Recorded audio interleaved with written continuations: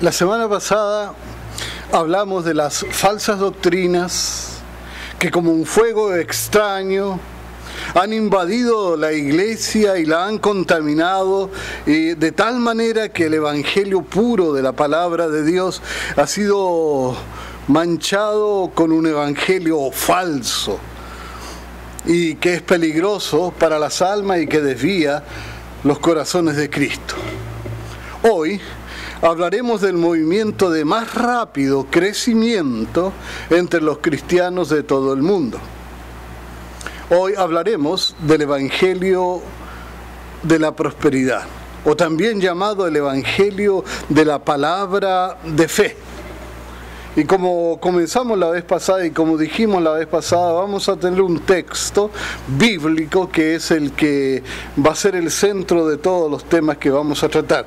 Y este texto está en Gálatas 1, del 6 al 8, y dice la palabra de Dios: Estoy maravillado de que tan pronto os hayáis alejado del que os llamó por la gracia de Cristo para seguir un evangelio diferente.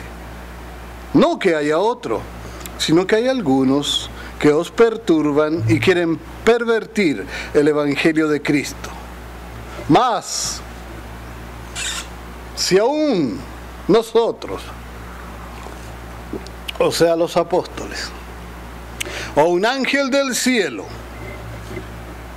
no importa quién sea, os anunciare otro evangelio diferente del que os hemos anunciado, sea anatema, sea maldito.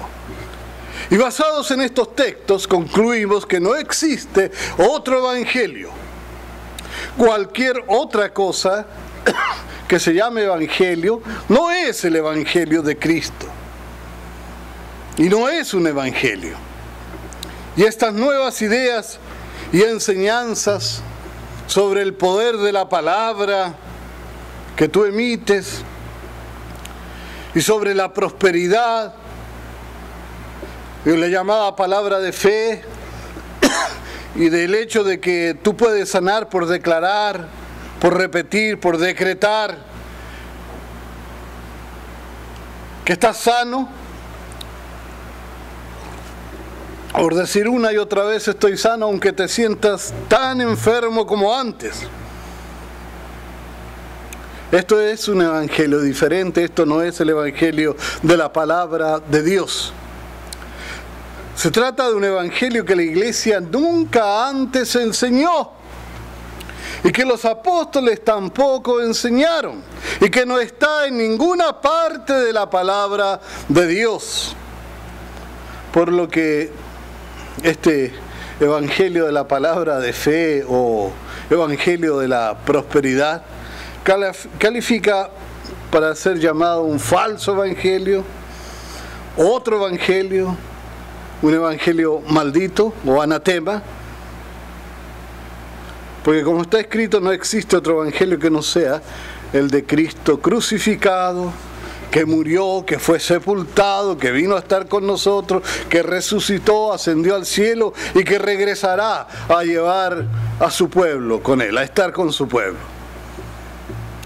Son muchas, hermanos, las barbaridades que se enseñan entre los nuevos predicadores, entre las estrellas de la predicación actual, entre aquellos que a veces llenan las pantallas de televisión o las ondas de radio. Y todas estas cosas deben ser rechazadas como lo que son.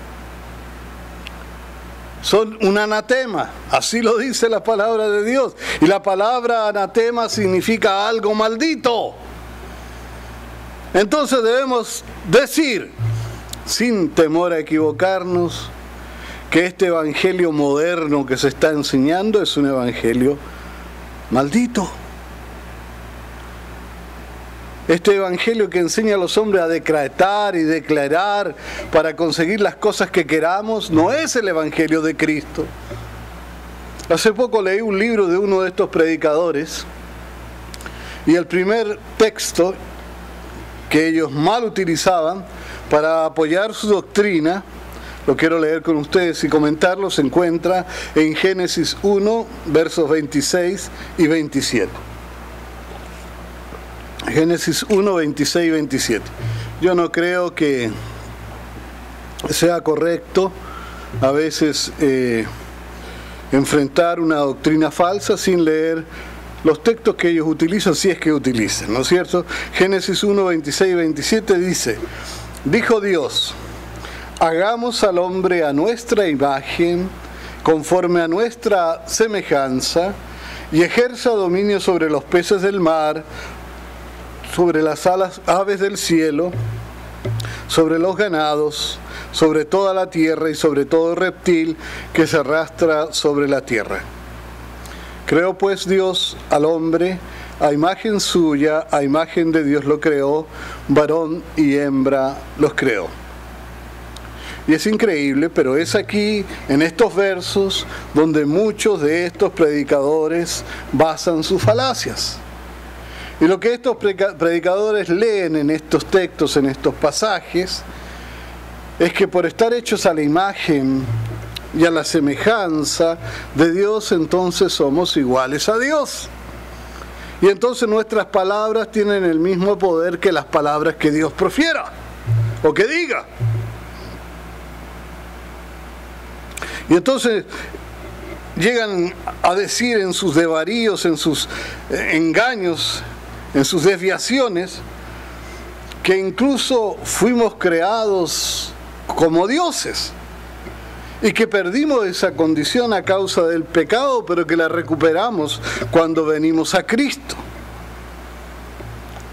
A estas personas les preguntamos, si somos dioses por haber sido creados a la semejanza de Dios, como dicen, ¿por qué no somos omnipresentes, por ejemplo? Dios está en todas partes, Él es omnipresente. Si fuéramos Dios, tendríamos que estar en todas partes como Dios, ¿verdad?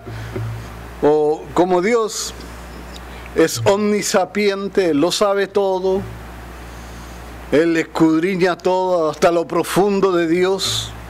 ¿Cómo es que nosotros no somos omnisapientes como Él lo es? Si es que somos Dios, según algunos dicen. Cuando hablamos de la imagen y la semejanza de Dios, déjeme mostrarle algo que tiene mi imagen y mi semejanza.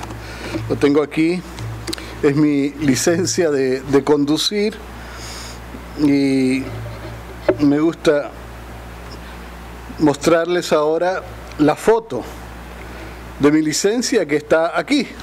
Cuando ustedes miran esta foto y miran mi cara, van a ver que esta foto tiene la imagen y tiene la semejanza mía.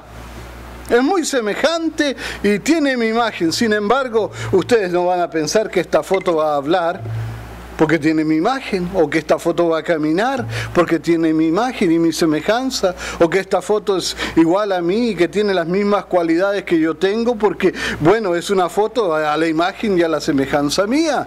No, de ninguna manera. De la misma forma, repetimos, cuando nosotros somos hechos a imagen y a semejanza de Dios, no quiere decir que seamos Dios. Esta es simplemente una de las mentiras más ridículas de este movimiento de la palabra de fe. Y es que llegan a decir, incluso he escuchado a algunos de estos predicadores famosos que dicen que somos Jehová, así simplemente lo dicen. Y esta es sin lugar a duda una monstruosa herejía. Otro de los argumentos favoritos de este movimiento es que como llegamos a ser hijos de Dios, nos dicen que entonces somos idénticos a Jesús y que como Jesús controlaba los vientos, nosotros debiéramos hacer lo mismo. Y nuevamente ellos dicen que si hablamos, todo lo que nosotros digamos se va a efectuar porque somos como Jesús, somos Dios. Y nuevamente tuercen las Escrituras con esta enseñanza. estruja las Escrituras. Y debemos entender que Jesús era Dios antes de venir a la tierra, fue Dios, 100% Dios, aunque era 100% humano cuando estaba en la tierra, y sigue siendo 100% Dios y lo será por la eternidad. Además, nosotros somos hijos de Dios en un nivel diferente, y no somos de la misma forma que Jesús. Cuando la Biblia habla de Jesús, nos dice que Él es el unigénito de Dios. Y esto significa que Él es único en su especie. Unigénito. No es primogénito, es el unigénito de Dios. Nosotros quedamos afuera en esa forma de ver el hecho de que seamos hijos de Dios. Él es único en su especie. Y aunque Jesús, para salvarnos, y en una forma voluntaria tomó forma de ser humano, Él nunca dejó de ser Dios, nunca ha dejado, nunca dejará de ser Dios. Él es Dios desde la eternidad. Es el principio, dice la Biblia, y es el fin, el alfa y el omega. En Él somos y en Él nos movemos todos nosotros. Decir que somos dioses porque Dios en su misericordia nos llama hijos es repetir la misma mentira que Satanás dijo en el Edén. En Génesis capítulo 3 y verso 5 dice: pues Dios sabe que el día que de él comáis, estaba hablando la serpiente a Eva, engañándola, le dice: serán abiertos vuestros ojos y seréis como Dios. Y eso es lo que enseña este evangelio de la palabra de fe, más falso evangelio. No es un evangelio, no es el evangelio, porque si no es el evangelio de Cristo, no es evangelio nomás.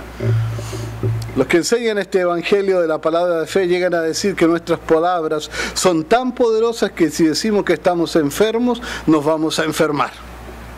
Y conozco personas que estando enfermas dicen: no, eso es una mentira del diablo, me duele el estómago, me duele la cabeza, me duelen los huesos, me duele todo, pero yo no estoy enfermo. Y entonces dicen que están sanos y que no tienen ninguna enfermedad. Y nos enseñan los propulsores de esta enseñanza que si decimos que somos ricos seremos millonarios, mientras que si decimos que somos pobres entonces seremos pobres. Ellos entonces dirán que las palabras hay que agregarle fe, convicción, y entonces todo lo que digas será. Y de esta manera he visto a hermanos que por estar enfermos son despreciados en su iglesia. Los hermanos no los quieren porque dice: este hombre no tiene fe. O los hermanos pobres son mirados también como gente de poca fe, porque no dicen las palabras correctas tampoco. Algunos dicen que construimos nuestra vida con nuestras palabras. Y se nos dice que somos lo que hablamos, lo que decimos. Y este falso evangelio pretende hacer del hombre el soberano del universo, incluso por sobre Dios. Por ejemplo, se le enseña al hombre a decretar. Y se dice que lo que tú decretes, eso se cumplirá. Y esta gente se olvida que Dios es el soberano y que es Él el que gobierna todo lo que existe y que no se muere un pajarito sin que Él lo sepa. Por lo que si Dios allá en la eternidad decretó que las cosas ocurran de cierta manera, las cosas van a ocurrir de la manera que Dios quiera. No importa que tú pongas a 1.000.000 de decretadores allí decretando y diciendo que las cosas van a pasar. Esto es simplemente brujería, no es otra cosa. Podemos poner, como le dije, a 1.000.000 de estos payasos a decretar y las cosas sucederán. no como estos hombres decreten, sino que todo ocurrirá siempre de acuerdo al plan y al decreto eterno y soberano de Dios. A veces pienso que hasta el diablo es más respetuoso de la soberanía de Dios que estos falsos profetas. La Biblia me dice que él tuvo que pedirle permiso al Señor antes de atacar a Job. Pero los declaradores y decretadores de hoy parecen ignorar que Dios es el que controla todas las cosas. Yo los invitaría a todos los que creen esto a leer Santiago capítulo 4 y verso 15. Santiago 4, 15, que dice así: en lugar de lo cual debieras decir, si el Señor quiere, viviremos y haremos esto o aquello. Y el verso 14 decía que hay algunos que dicen vamos a hacer esto y esto otro, pero termina Santiago, remacha el pensamiento diciendo que en lugar de decir que vamos a hacer esto o esto otro, lo que debiéramos decir es: si el Señor quiere, viviremos y haremos esto o aquello. La Biblia nunca nos enseña a darle órdenes a Dios. A veces con esta enseñanza se tuerce la mente de los hermanos, y me acuerdo una ancianita que alguna vez me decía que Dios es mi esclavo, Él hace todo lo que yo le pido. Al contrario, las Escrituras nos enseñan siempre a someternos nosotros a la soberanía del Señor. Como leíamos en este texto, debiéramos decir: si Dios quiere, haremos esto o aquello. En la oración modelo, en el Padre Nuestro, Jesús nos enseñó a decir: hágase tu voluntad. Y esta enseñanza del Señor no es solo para que la repitamos, sino para que la hagamos parte de nuestra vida. El cristiano debe vivir siempre rogando porque la voluntad del Señor sea hecha en su vida. Esta es la enseñanza de la Biblia. Si Dios quiere que estés pobre, amén. Tú debes luchar por mejorar, está bien, claro. Debes trabajar para vivir mejor, está bien. Pero si Dios quiere que tú sigas pobre, vas a seguir pobre. Y si Dios quiere que sigas enfermo, vas a seguir enfermo. Y hay veces que Dios permite la pobreza y permite también el sufrimiento y la enfermedad, para que las personas vengan a Cristo, o para que otros que están alrededor vengan a Cristo, o para que nos acerquemos más a Él. Ponerse a decretar o declarar esperando que nuestros decretos sean hechos, nos pone a nosotros en una posición, pero muy, muy, muy ridícula. Es como querer darle órdenes a Dios. Y esto es tan absurdo, mis hermanos, como una pulga que quiera darle órdenes a un hombre. Es tonto. Otro texto que usan estos maestros de la palabra de fe y que tuercen para engañar y que hoy analizaremos, se encuentra en Marcos 11, verso 23. Marcos 11, 23. Dice: en verdad os digo, que cualquiera que diga a este monte, quítate y arrójate al mar, y no dude en su corazón, si no crea lo que dice va a suceder, le será concedido. Y este texto parece sugerir que nuestras palabras dichas con fe, sin dudar, tienen la capacidad de arrojar montañas al mar. Sin embargo, sabemos que Jesús mismo nunca arrojó una montaña literal al mar. Esto no es literal. Por lo mismo entendemos que este texto no está hablando de cosas literales. De hecho, los mismos predicadores de la prosperidad entienden que las montañas que aquí son mencionadas no son literales. En ese sentido, este texto es una parábola que nos habla del poder de la fe y del orar con fe. De hecho, el verso 24 dice así: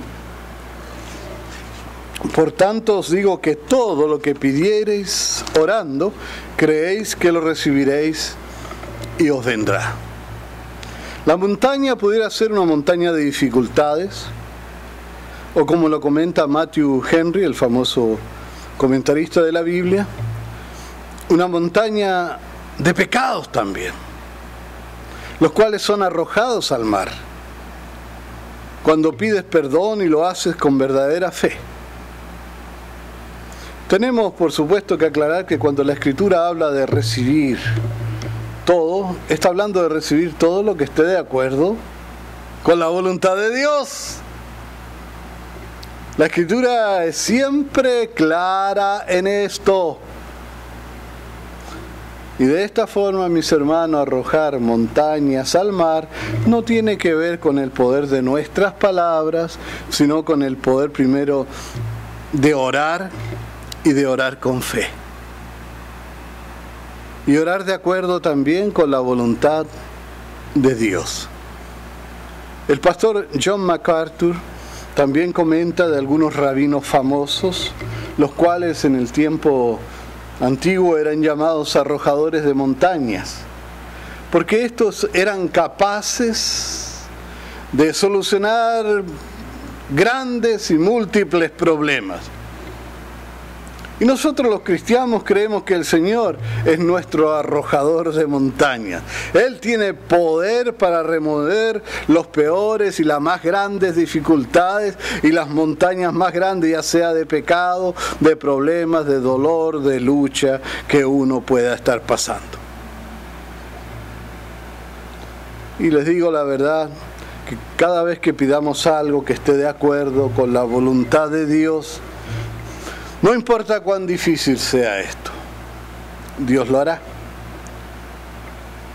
Y quisiera recordar también que no somos dioses y que nuestras palabras no tienen poderes mágicos y que nunca debiéramos tratar de someter a Dios a nuestras declaraciones o decretos.